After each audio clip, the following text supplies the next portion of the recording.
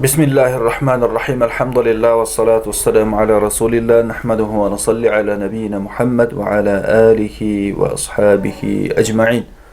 Hormatly bir tuğandar, bugünkü sabagыбыздын tertibinde 12-ci çoň günü bul sınav kurduk.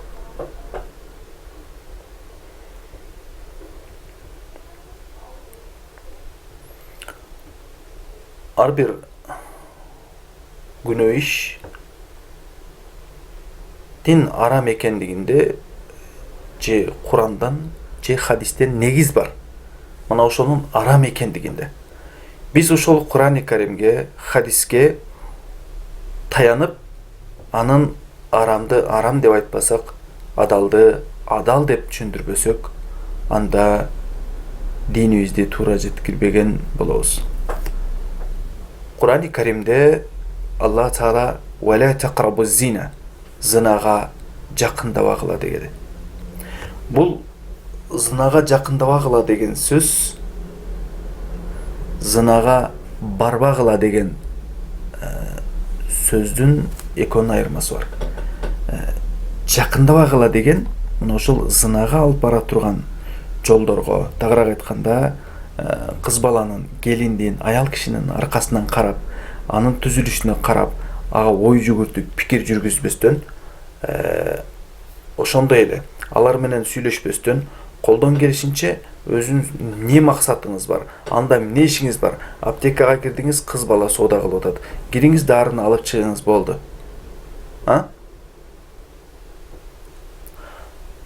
Сабакта отурасыз. Жаныңызда же аркы столда кыз бала отурат. Ал өзүнүн сабагын кылсын, сиз өзүңүз сабагыңызды кылыңыз. Ар бир киши өзүнүн максатын билиш керек. Жана эмне максат менен кетип атканын так туура аткарган болсо, ошондо коом оңолот. Коллегаңызда чогуу аял киши чогуу иштейт. Ал дагы бирөөнүн кызы, жанын аялы, же эжеси, же карындашы болуп эсептелет. Кадимки сиздин карындашыңыз башка бир жерде иштегени сыяктуу эле. Ошол коллегаңыздагы аялдарга мындай туура эмес көз карашта карабаңыз. Жаман көз карашта карабаңыз. Же болбосо аны алдоо максатында жумшак, жылуу, жылмакай сүйлөбөй эле коюң ага. Өзүңүз үй бүлөдө аялыңызга, балаңызга, кызыңызга, энеңизге жылуу жумшак сүйлөбөгөн сөзүңүздү мына ошол жаман арам ой максатта ага жылуу жумшак сүйлөбөй эле коюңуз, урматтуу бир тууганым.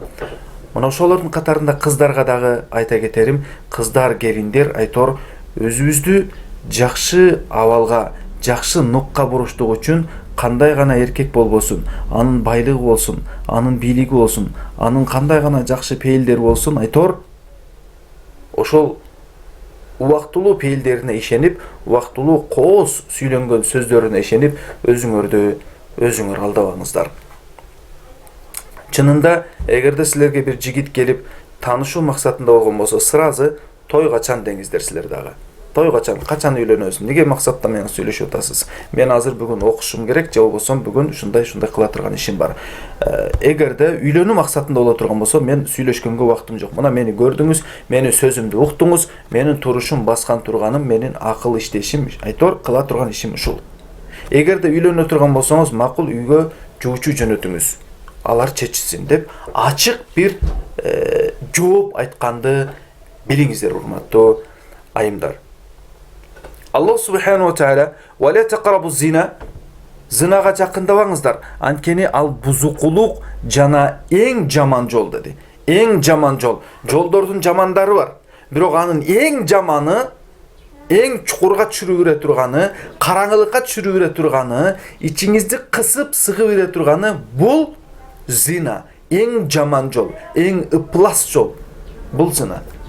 Келиңиздер, анда бул жигиттин айтып өткөнүнө бир кулак салып, назар салып турайлы. Бул жигит айтат: "Устаз, менин атымды дагы айтпаң, ким экенимди дагы элге айтпай коюңуз, суранычы.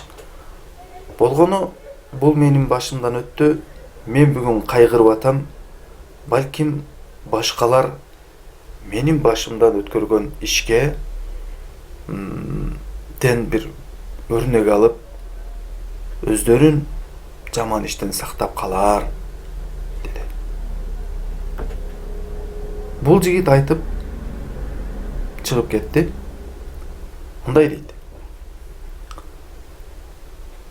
Bir günü üniversitede bir kız menen tanışıp kaldım dedi. Hazır bizden günümüzde dağı, şul vaqtda dağı kebir jigitlerimiz üniversitede negizgi bagытын, maksatın jogotup koygon balдар дагы жок эмес. Mana ошолор сыяктуу да бул жигит дагы мен bir kız menen tanıştım. Жүрүп ал kız menen şul ıplas berişke zinakorlukka barıp al kızdın namusuna kol salıp namusun bulgadım dedi. Kız ыйлап, sıktap, men namusumdu buzdum, abroyumu teveledin, menin geleceğimdi buzdum, dep ыйлап sıktap oturup ağasını çakırdı. Ağası gelgende men tanalıp moynunda bay koydum. Bul kızdı tanımayım dedim. Yani bul kızdı men tanımayım.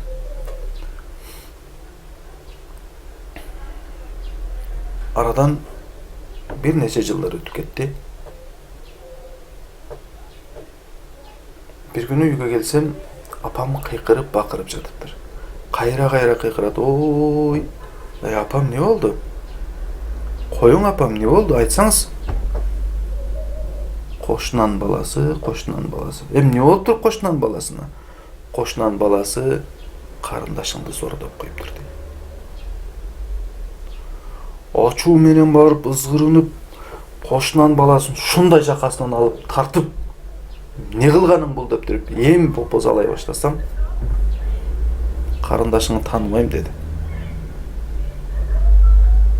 Tanal buyurdu. Oşonda bayağı esime düşüp birinci udar geldi dedim. Birinci udar tiydi mınakey. Dep oturup bul nerseni dagı eптеп bir kıyınçılık menen ötkürüp saldık. Vakt öttü. Aradan 3-4 yıl öttü. Üyleniş gerek bolup kalıp üylendüm. Toydu belgiledik. Toy günü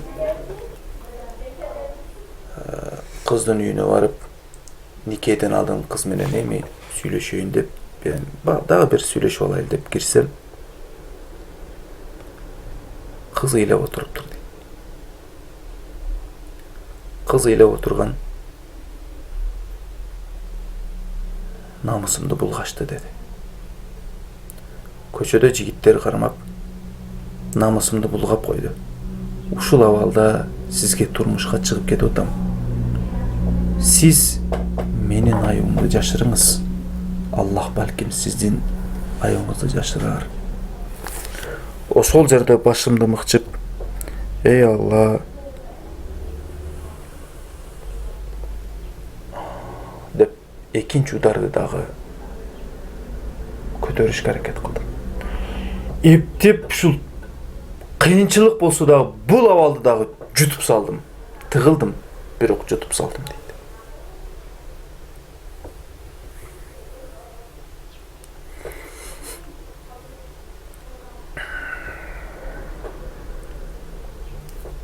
Üç yıl ötkenden keyin Allah Taala bizge çıraqday bala verdi. Kızdı olduk. Solu gelişken şunday bir жақсы kızdı oldu.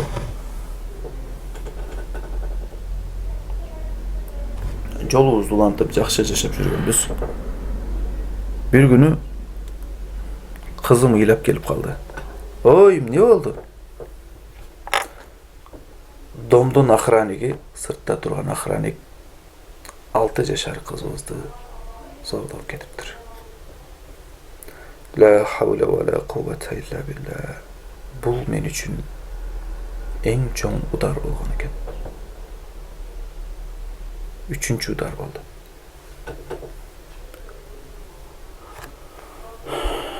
El ceza'u min cinsil amel деген söz var. Jaza kayсыл iş menen, kayсыл günөө менен алек болсоңуз, мына ошонун өзүнүн сизге жооп келет.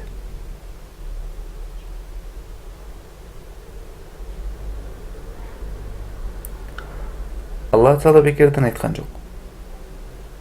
Ва ла тaqrabu zina. Зынага жакындабагыла.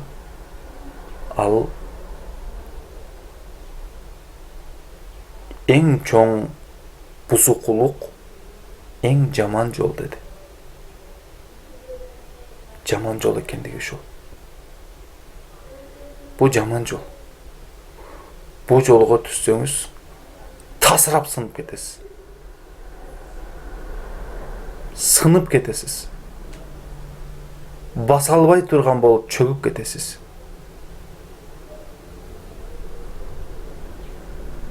La havle ve la kuvvete illa billah. Allah Teala keremet Kur'an'da mınday dedi. Az-zani la yankihu illa zaniyeten ev müşrike. Ve-zaniyetu la yankihuha illa zanin ev müşrik ve hurrima zâlike alel mu'minin.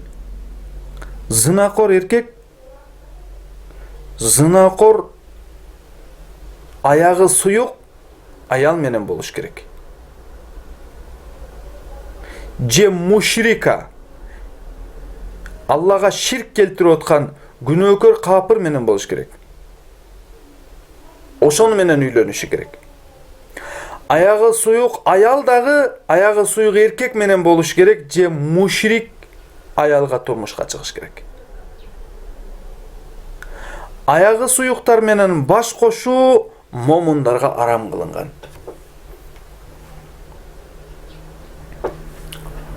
Zorduktadыбы?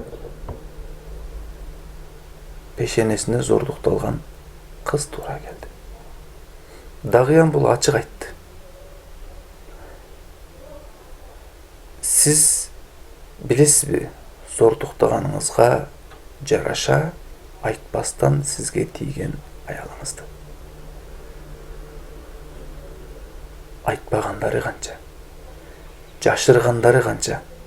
Барыңыз бүгін ошол гинекологторго өзүнүн тойдон мурун кыздык намысын жоготкон кыздар тиктиргендери канча. Эч качан кыздар дагы бул жолго басып барып ыймандуу жигитке турмушка чыгам деп ойлобогула. Жигиттер дагы, эркектер чоң иште иштеген болсун, башка болсун, айтор ким болбосун, эгер бул жолго түшкөн болсо, мунун акыбетін сөзсүз түрдө бүгүн аялынан көрбөсө, эртеге бир тууган карындашы эжесинен, же карындашынан, же кызынан көрөт. Бул ачык айкын Алла Тааладан келген сөз. Ошол эгерде баланын зынакор экендигин билсеңиздер, кызыңарды бербегиле. Бул намазкөй, өзүнүн намысын, аброюн сактаган кыз момун балдарга тийиши керек. Ыймандуу, кайраттуу, күчтүү балдарга, ишеничтүү балдарга турмушка чыгышы керек. Мына ошол ишеничтүү, ыймандуу, өзүнүн намысын, аброюн сактаган жигиттер дагы зынакор кызга эмес, момуна аялга, динге бекем кызга үйлөнүшү керек. Ал мушрик, зынакор кыздар ошол зынакор эркектерге бара берсин.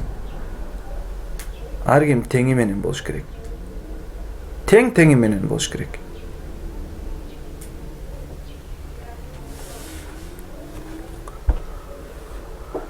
Пайгамбарыбыз саллаллаху алейхи ва саллям Allah Teala 3 adam menen kıyamatta süйлөшпөйт dedi. Күнөөлөрүн keçirбейт. Жана аларды мээрими менен карабайт dedi.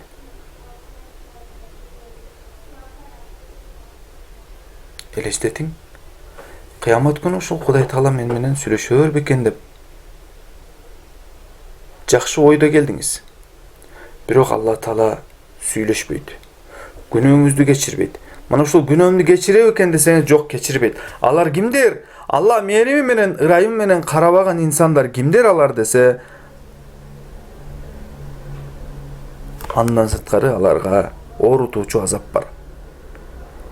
Алар пайгамбарыбыз өзү айтып атат, зынакор карыя.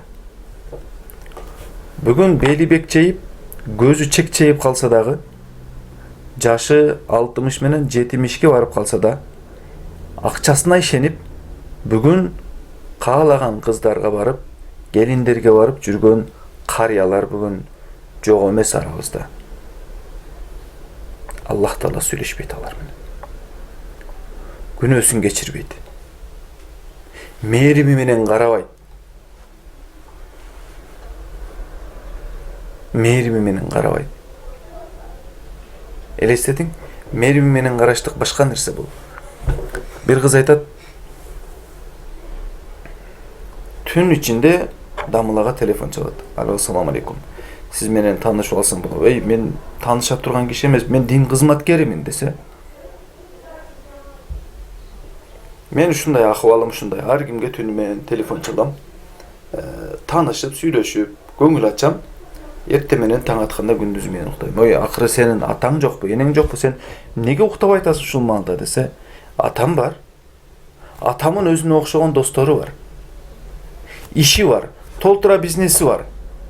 Ар ким менен отуруштары бар, жей турган аштары бар, аштарына барат, башка кылат. Атам бар. Бирок бир күнү атама келип, ата деп жабышсам, жабышпа кызым мага деди. Минериңе машинаны алып бердим, жашай турган үйүң бар. Баардыгыңды толук кылып койдум. Неге мага келесиң, кач кызым деп. Жанынан качырып берди. Кайра бардым, ата деп бир кучактаганга зар болдум. Атам мени карабай койду. Боптур эми атаң карабай койсо, балким кыз баласын бойго жетип калдың. Апаңчы? Апамын дагы өзүнө окшогон ортактары бар. Апамын күндө апам дагы машинасы менен чыгып кетет. Иштерин кылат. Ошол эле ортактары менен жүрөт. Bir gün apa деп içimde толгон токой сырым бар эле. Апама айтайын деп отурсам, апам дагы түртүп салды.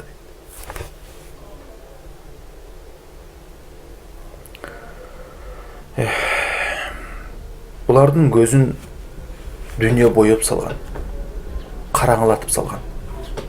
Мээрим деген нерсе жок буларда. Небере жытын, жытташтык, же баласы менен кызы менен отуруп сырдашып отуруштук деген тема жок буларда эч кандай.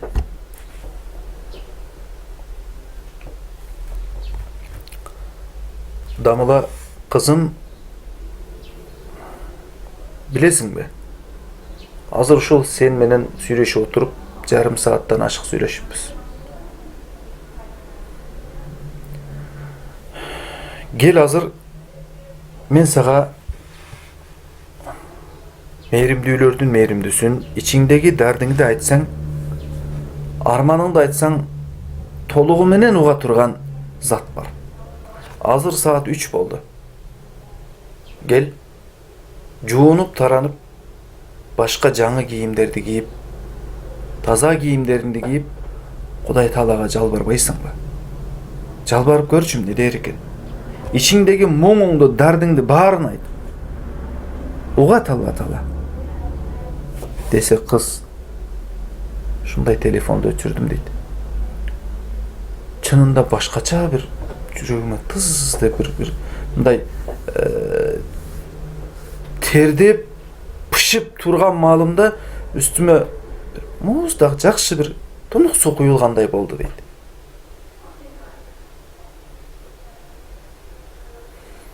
Жуунуп, башка бир таза кийимдерди кийип, сүрөлөрдү билетирим дейт. Намазды да толук билбейм, бирок ушундай саждага жыгылганды билем. Саждада эй жараткан Алла деп баштап, ичимдеги кайгы муңумду барын төгүп салдым деп. Муңума жараша ыйым дагы чыкты, өкүрүк дагы чыкты. Эй жараткан Алла деп кайрылдым дейт. Ошол күндөн бери башка инсанмын. Алла Таалага кайрылдым. Мен башка кыз болуп чыктым. Мына жоолугумду да коронуп, намысымды сактап чыктым. Арадан 15 күндөн кийин бир ичимде бир жылуулук бар. Бир тунук, бир өзүмчө бир жакшы бир жашоо баштадым. Сүйүнгөнүмдөн баягы дамлага дагы чалып, бир эле чалдым: ассаламу алейкум, сизге рахмат, Аллах ыраазы болсун. Мен паланча кыз элем, бүгүн паланча башка болдум. Мени кечириңиз деп телефонду өчүрдүм дейт. Ол атанын мээрими, же эненин мээрими болбосо, кыздар дагы өз билгенин кылышат.